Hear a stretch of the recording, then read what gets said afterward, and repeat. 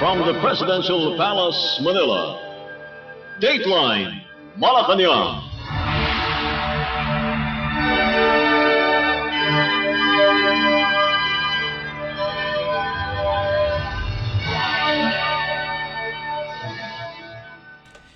Good day, I am Win Peñano bringing you today's edition of Dateline Malacañang.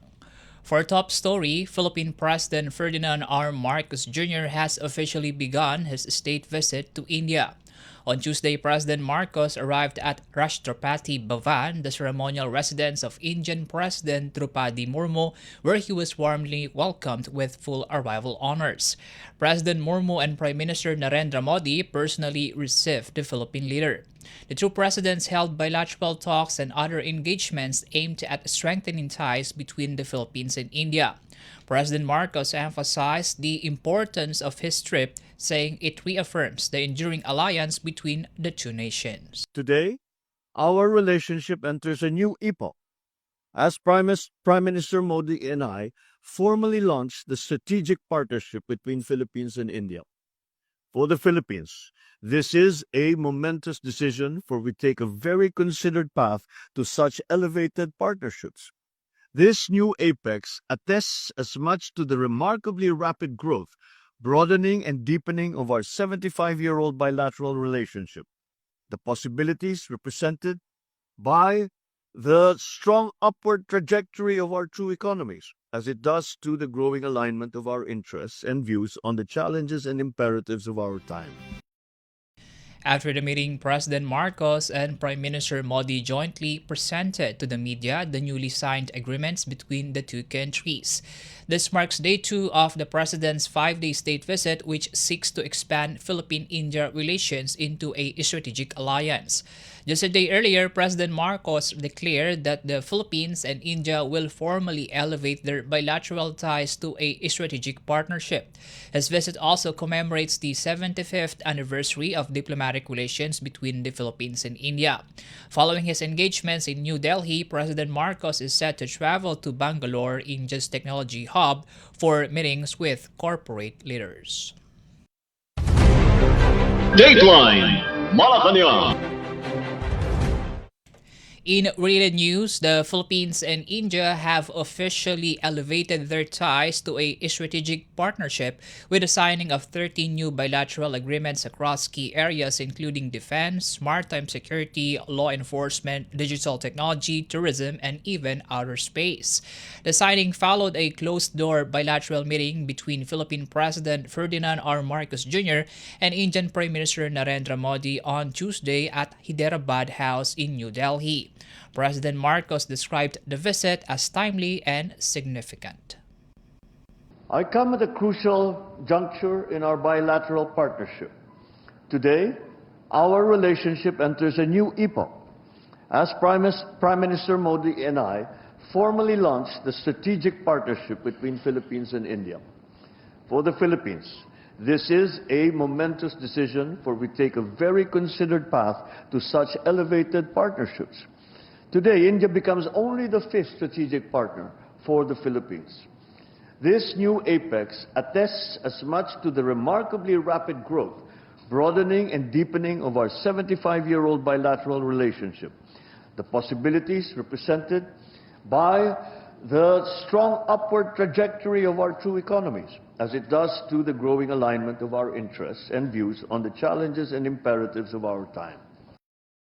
Among the key agreements signed were the declaration on the establishment of a strategic partnership, a 2025 to 2029 plan of action to implement the strategic partnership, agreements for Air Force, Army, and Navy-to-Navy staff talks, a treaty on mutual legal assistance in criminal matters, and a treaty on the transfer of sentenced persons, a science and technology cooperation program for 2025 to 2028, a tourism cooperation plan between both countries, an MOU on cooperation in digital technologies, a statement of intent on space cooperation between the Philippine Space Agency and India's Space Research Organization, a terms of reference for enhanced maritime cooperation between the Philippine and Indian Coast Guards, and a cultural exchange program to deepen people-to-people ties.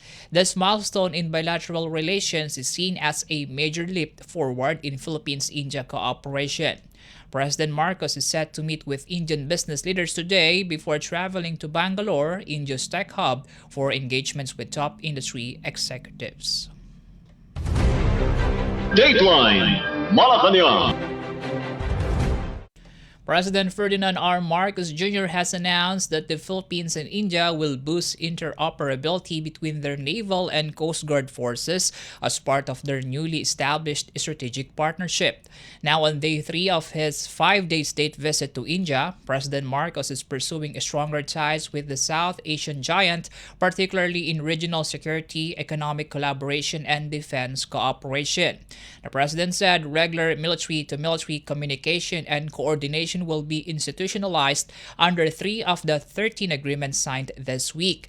This include Navy-to-Navy staff talks, air staff talks, and Army-to-Army staff talks between the two nations' armed forces. President Marcos also cited India's growing defense industry and highlighted ongoing collaboration through the BrahMos missile system project. We agreed to continue leveling up our collaboration in defense and security. We expressed satisfaction over the rapid pace of the Philippines' ongoing defense modernization and the expanding capabilities and footprint of India's indigenous defense industry as a partner in this undertaking, exemplified by our BrahMos project. We concurred that we should be accompanied with intensified dialogue and exchanges between our defense establishments. So we have agreed to establish mechanisms for service-to-service talks, for information sharing and training exchanges amongst our militaries.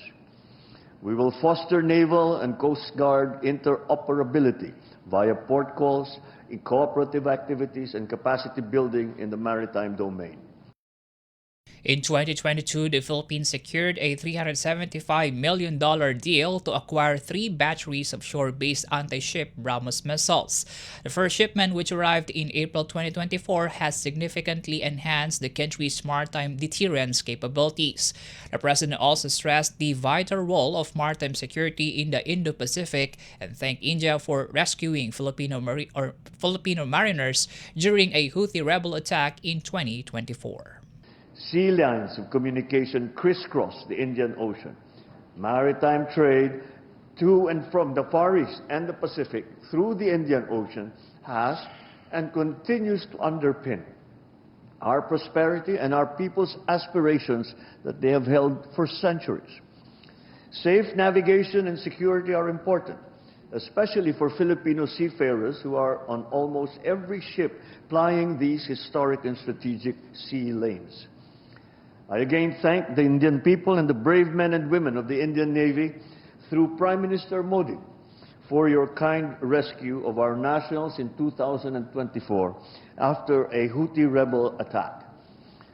We recognize India's influence as first responder role in this critical area, and we want to work with you for a free and open Indo-Pacific. We both have high stakes in the future of our Indo-Pacific region and in the world. The Philippines-India strategic partnership will doubtless resonate beyond the confines of our bilateral relationship.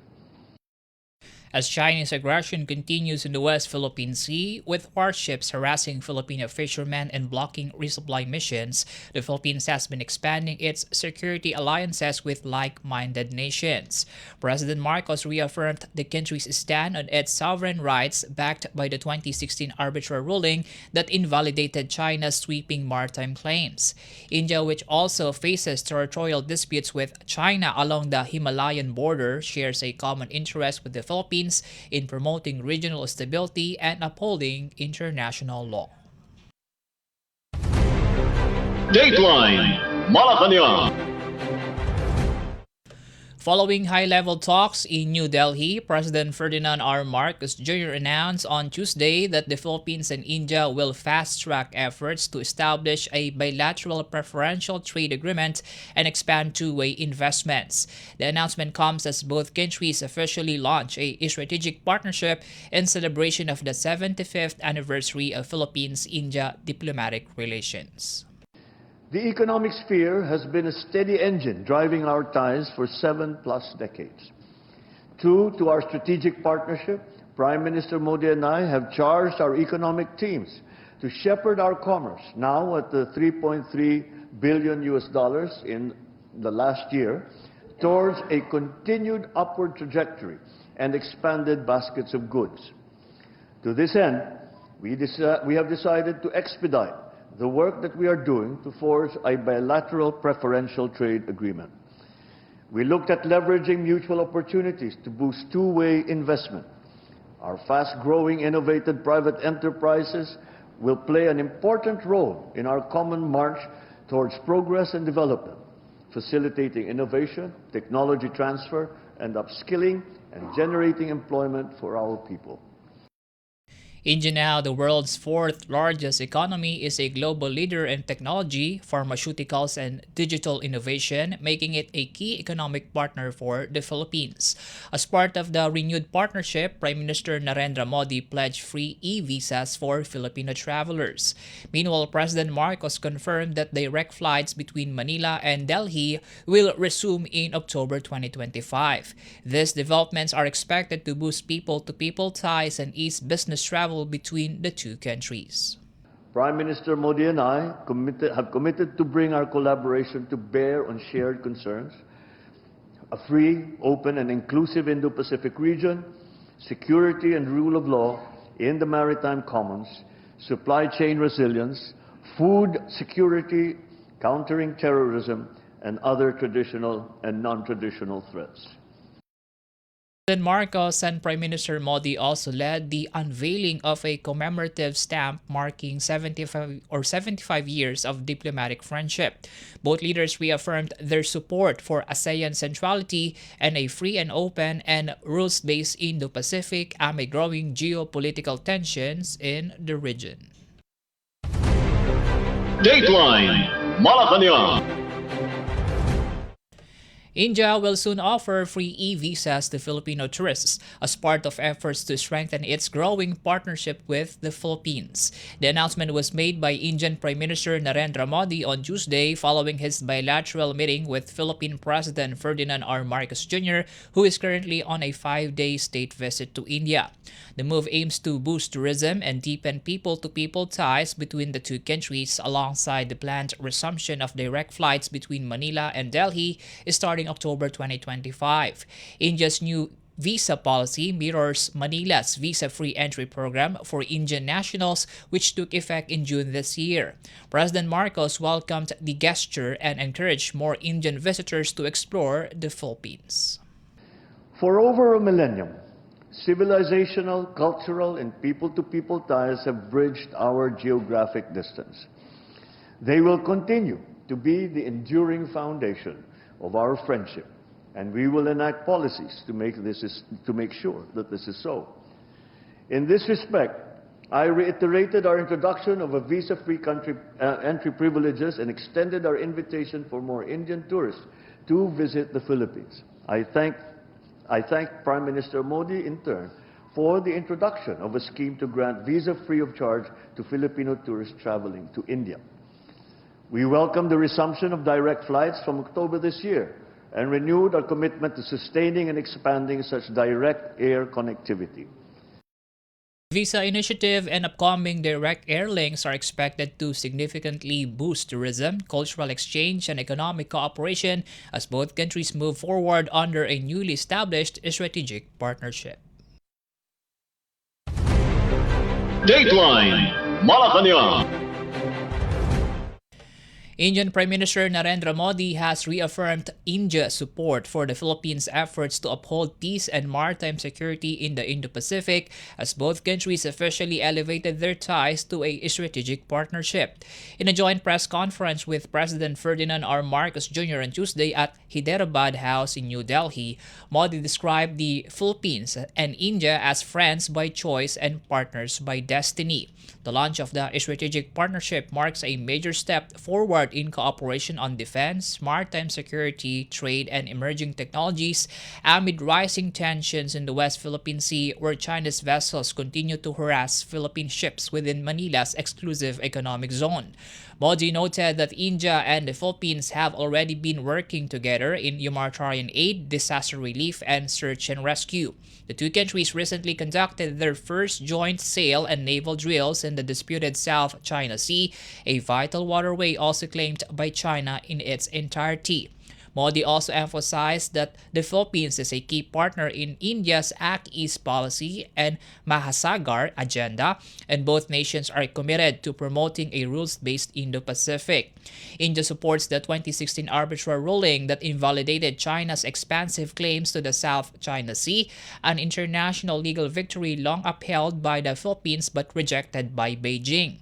The two leaders witnessed the signing of several bilateral agreements on defense cooperation, outer space, mutual legal aid, scientific research, and cybersecurity aimed at improving interoperability and strategic resilience. Modi also announced free e-visas for Filipino tourists, mirroring the Philippines' visa-free entry for Indian nationals introduced in June. Direct flights between Manila and Delhi are set to resume within a year, further strengthening people-to-people ties. India now joins the ranks of the Philippines' strategic partners alongside the United States, Japan, Australia, and South Korea. This year also marks 75 years of diplomatic relations between India and the Philippines. To commemorate the milestone, both leaders unveiled a special postage stamp. Dateline Malacañang. In our news, President Ferdinand R. Marcos Jr. has assured overseas Filipino workers in India that their welfare remains central to the Philippine government's foreign missions. Speaking to the Filipino community at the Taj Mahal Hotel in New Delhi on Monday, President Marcos said that meeting with Filipinos abroad is always a top priority of his state visits. The president praised the Filipino community in India for its strong unity, professionalism, and generosity, calling them ambassadors of goodwill who uphold the country's image with dignity, talent, and compassion.